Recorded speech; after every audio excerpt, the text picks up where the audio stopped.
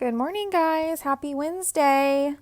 I feel like a broken record because I literally started recording this video and was about 10 minutes into it, and then I got a phone call from Miss Napier, and somehow it went to my iPad and it completely shut everything down and it deleted my video. I was so mad. I just yelled for like 5 minutes on the phone about how annoyed I was, but that's okay because I did get some information about the AP exam, and so overall it was a good conversation.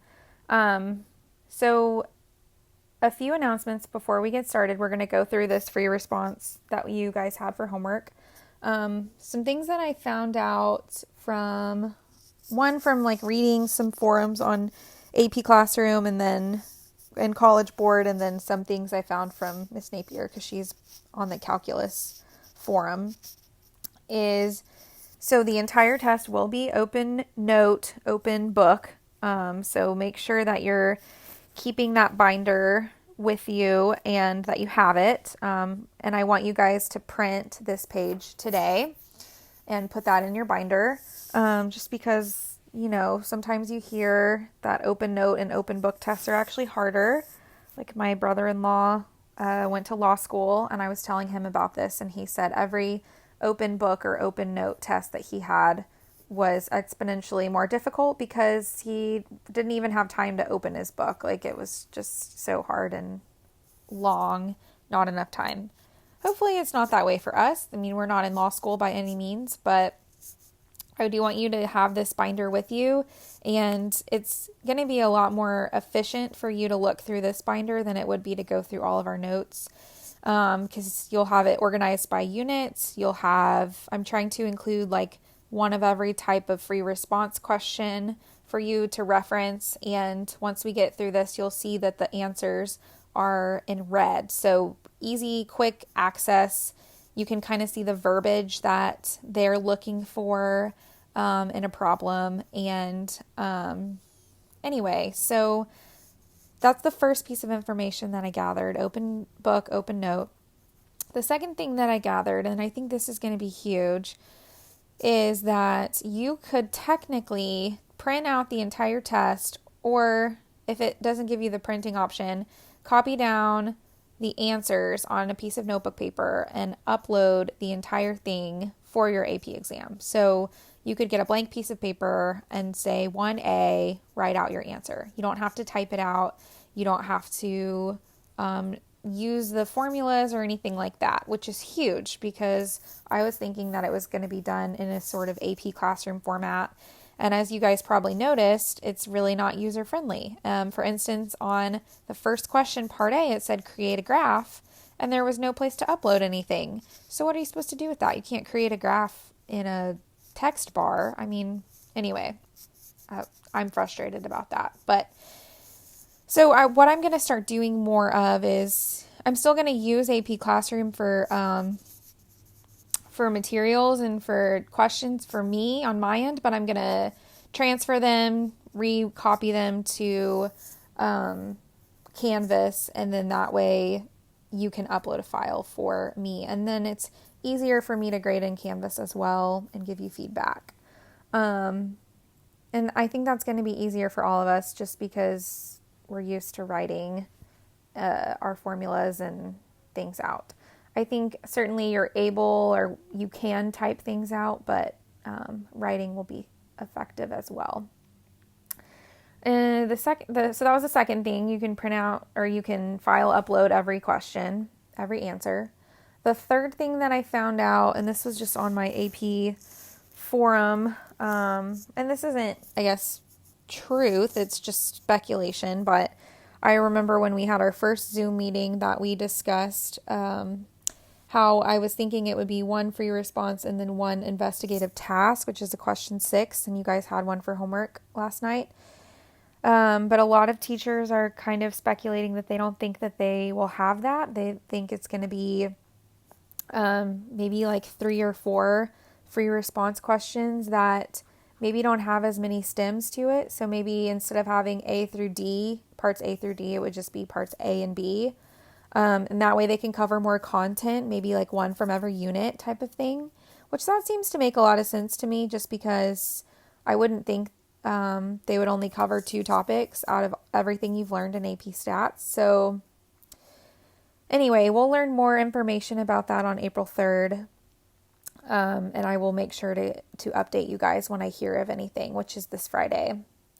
I'm sure you guys have now seen the email or heard that we are doing online learning through April 30th. And so that will be the end of the month. And then from there, they're going to take it week by week and see if we still need to continue, which by that point, we only have 2 more weeks of school anyway, or 3. But anyway, we'll just kind of see. I'm kind of bummed about that. I think the quarantine is getting to me. I need some friends.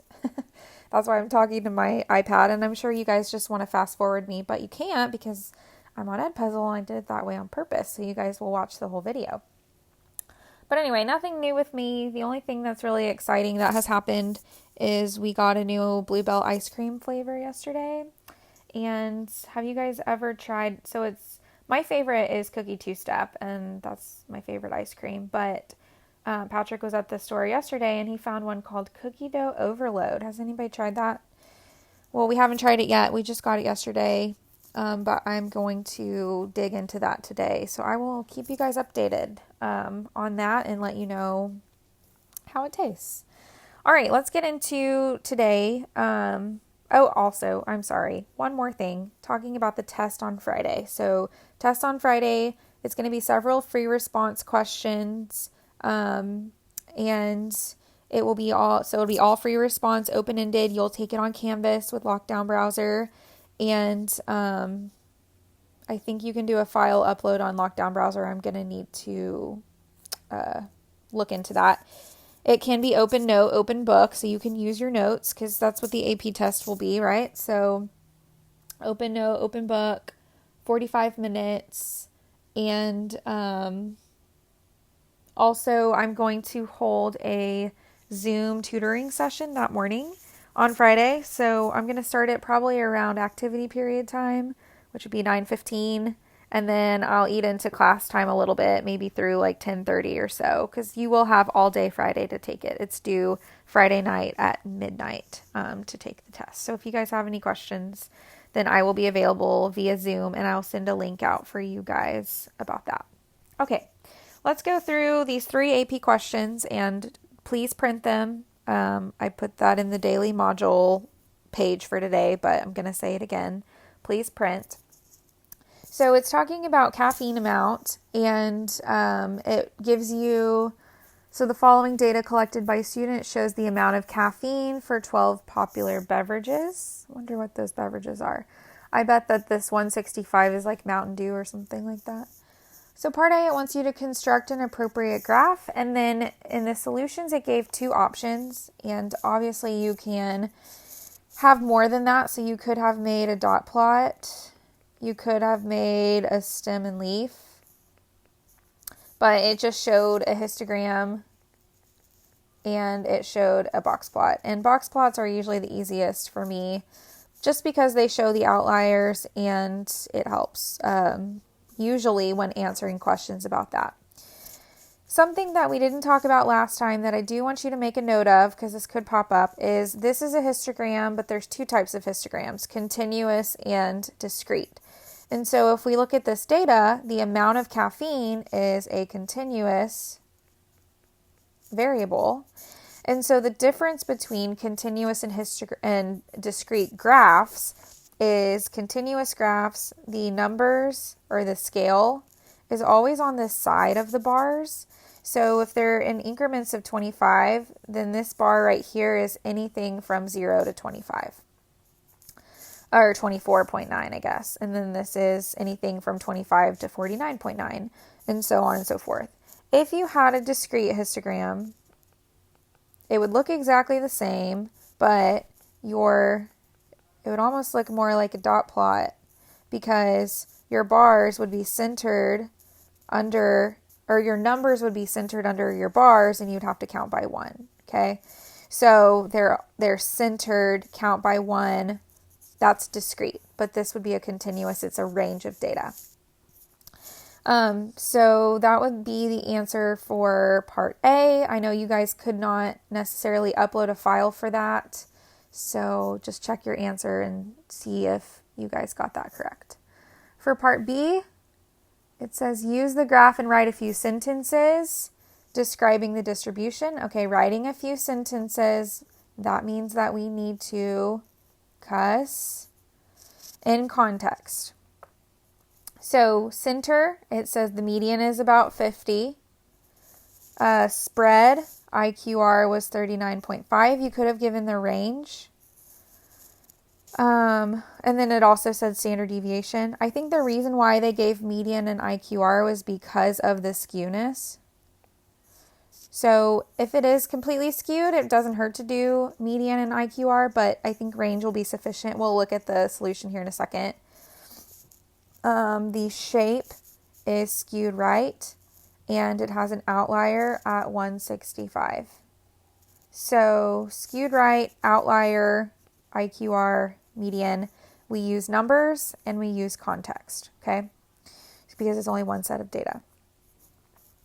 Part C, it says a 12-ounce cup of gourmet coffee contains over 300 milligrams of caffeine. If this value was added, so if we added an outlier to the set of data, how would the mean and the median be affected? Explain how this comparison could be made without performing any computations. So you needed to say, because if we're adding an outlier, this has to do with resistance, right? And so medians are resistant, means are not. So the mean would be affected, it would increase.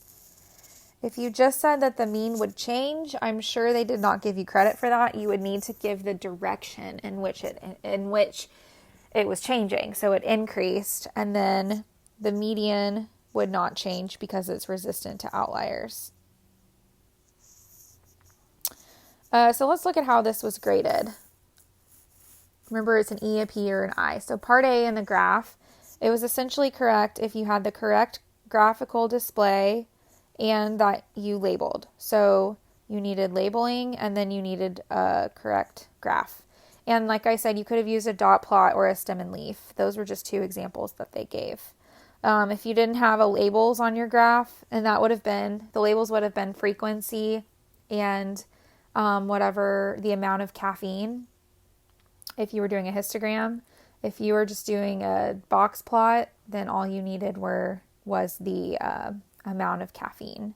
You just needed to label what it was talking about. For part B, it's essentially correct if they address the center, shape, and spread, and in context. So I guess it didn't require that you had to do the outlier. And then spread, obviously range counts for spread, so range was okay. And then center would have been median or mean, whichever. But make sure that you have it in context. So you needed to reference something about the amount of caffeine. And then part C. Part C is essentially correct if you compare with the original and the new for both the mean and the median. So if you said that the mean increased and then you said that the median doesn't change because it's resistant. I don't even think, it doesn't look like you needed to use the word resistant, but at least stating that it stayed the same. If you only got one of the two correct, that would be partial. So maybe you got the mean right, but not the median, etc. That one was pretty straightforward, something we're pretty used to. So the next one was a cumulative relative frequency graph, and it was talking about monthly sales volume in hundreds of thousands of dollars. So it says, in the context of this question, explain what information is conveyed by the circled point. So it indicates that 40% of sales had a sales volume of 300,000 or less in the month shown. Now, I remember this question because I've given it before. If you said that 40% had $300,000, that is incorrect. you needed the point where it said or less, because remember, percentiles mean at or below a given value. So that doesn't mean that 40% had 300,000. It means 400% had at or below 300,000. Okay. So this one you needed to have the numbers 40%. You needed to have the 300,000, and then you needed to say 300,000 or less. In part B, it says what proportion achieved monthly sales between 700 and 800,000. So in that kind of question, you would need to go to the 700 and the 800. I need to use this and figure out what the jump is. So it goes from 0.7 to 0.8. And so that jump would be 0.8 minus 0.7, 10%. And so the way that they graded this is you needed to state that it was 10% between 700 and 800. You needed context. And then the second thing that they asked for is that you showed your work. So you actually needed the process of saying 0.8 minus 0.7 equals 0.1. If you just put 10% and that was all you put with no work, then that would have given you a partial credit, which I know is unfortunate. But if there's any way you can show work, please do so. Part C, for values between 10 and 11 on the horizontal axis, the cumulative relative frequency is flat. In the context of this question, explain what this means. So for part C, when it says that it's flat, just interpreting what a horizontal line means, which means that there was no frequency between that range or that set of sales volume. So whenever it's flat or horizontal line, that means no frequency. So horizontal equals no frequency in that range of data. Last part D, a bonus is to be given to 20% of the sales agents. Those who achieved the highest monthly sales volume, what is the minimum monthly sales volume for the bonus? So if he wants to give it to 20% of the people, then that means he wants to give it at the 80th percentile, because if only 20%, like the 20% highest sales is going to be at the 80th percentile. Okay. So I'm going to go to my graph and look at the 80th percentile, and that hits right at 800,000. So an agent making more than 800,000 will be in the top 20%. Let's just run through how they graded it really quickly. Part A is essentially correct if both the values were identified and interpreted in context. So you just had to identify the values and interpret in context. Part B, look how it says 10% and work is shown. So you needed the 0.8 minus 0.7. Part C, you needed to indicate that none of the sales agents had volume between those points. You would get a partial correct if you didn't have any context. So you needed to state something about million and $1.1 million, not just saying anything between 1 and 1.1. Okay. And then part D is essentially correct if you stated 800,000 and that anything above 800,000 will qualify for the bonus.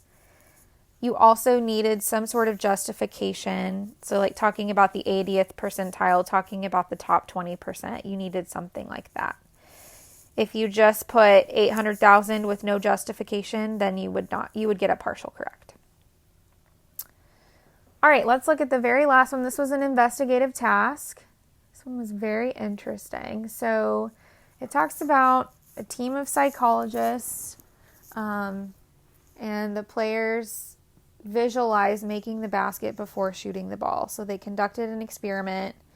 20 basketball players were randomly assigned to two groups. That word assigned is very important, and it's going to show up here in a second, but I'm going to talk about it. 10 players go to group 1, 10 players in group 2. One got visualization training and the other did not. Then it kind of shows what the experiment looks like, and then shows the graph below. The total number of attempts for each 20 players are summarized in the following box plots. So 2 box plots, comparative, 2 independent samples. For part A, it says based on the box plots, did basketball players who received visualization training tend to need fewer attempts to make 2 consecutive baskets than players who did not? When it's asking a question like this and we don't have any statistical justification to back it up, like we're just simply looking at the graphs, and there's no p-value, there's no nothing like that, we're going to look at the median because that's going to cover where most of our data is. Because remember, box plots are in quartiles. So the median number is less for visualization training than it is for no visualization training. So we can conclude that they need fewer attempts to make 2 consecutive baskets, because over 50%, or I guess exactly 50% needed 4 or below, but 50% needed 7 or below for this. And so that can help us tell just based off of a graph. For part B, it wanted us to check the conditions for a 2-sample t-test. The first condition, you normally would say 2 independent random samples. However, in an experiment type of situation, which this is definitely an experiment, we're making people do things, then we're going to use the word randomly assigned. And it even says that in the problem. It says random assignment. So we needed to check that they were randomly assigned. If you said randomly selected, I was looking at the solutions earlier. It doesn't specify anything about that, but I really don't think you'd get credit for that one. The second condition is, so the sample sizes are small, so we can't say central limit theorem. But if we look at the box plots, they're skewed to the right and we have an outlier. So the normality condition is not met.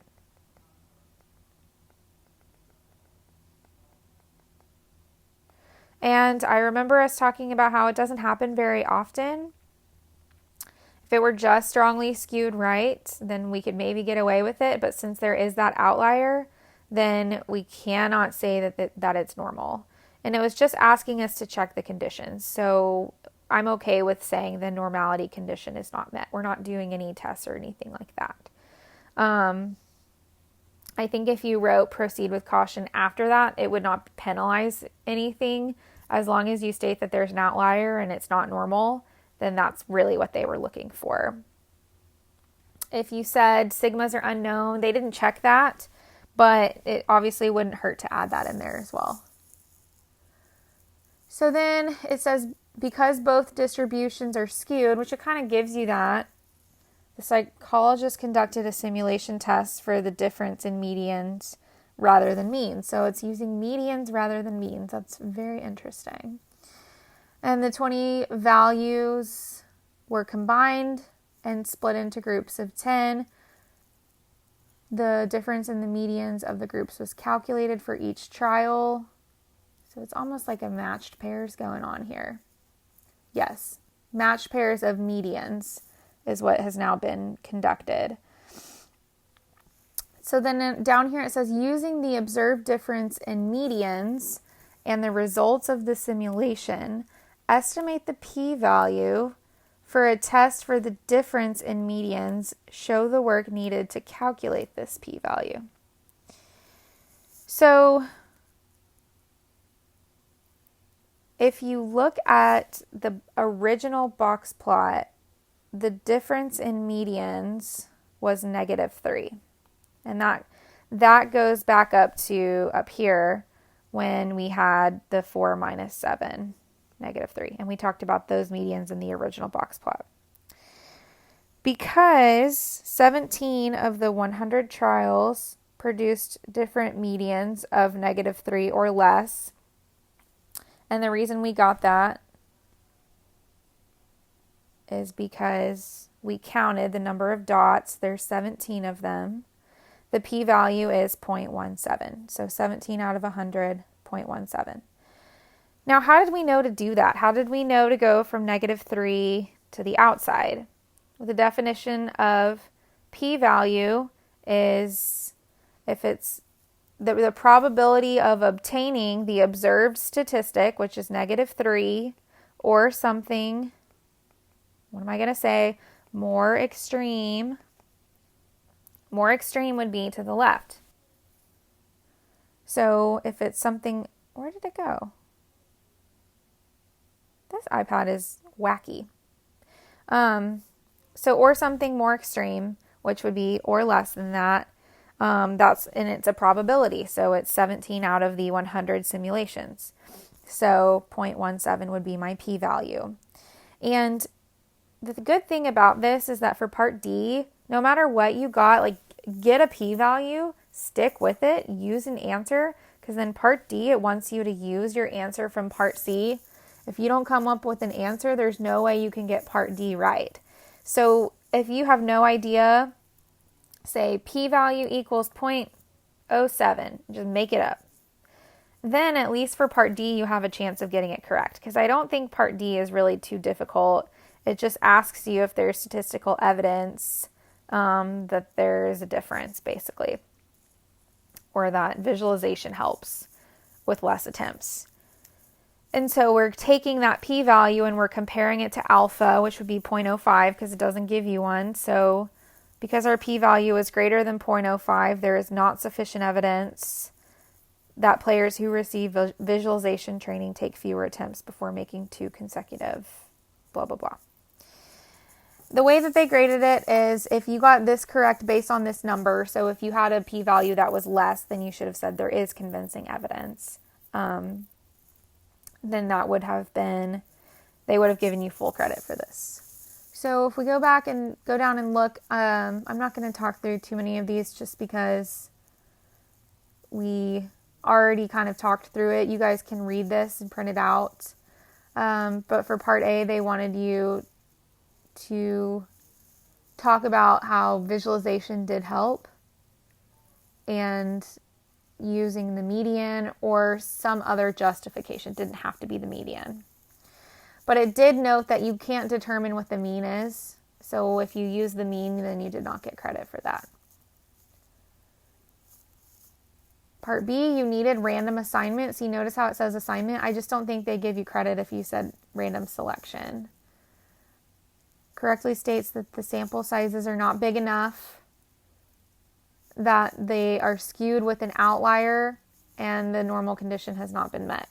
So if you didn't talk about the data being large enough and you just went straight to the graph, then you still got a partial. So I guess they wanted you to say, my sample size is less than 30, therefore we look at the box plots, and the box plots are skewed and have an outlier, so the normal condition is not met.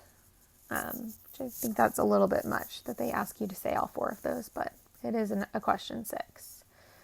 Part E, you needed to say that the observed difference is -3 and then estimate the p-value of 0.17.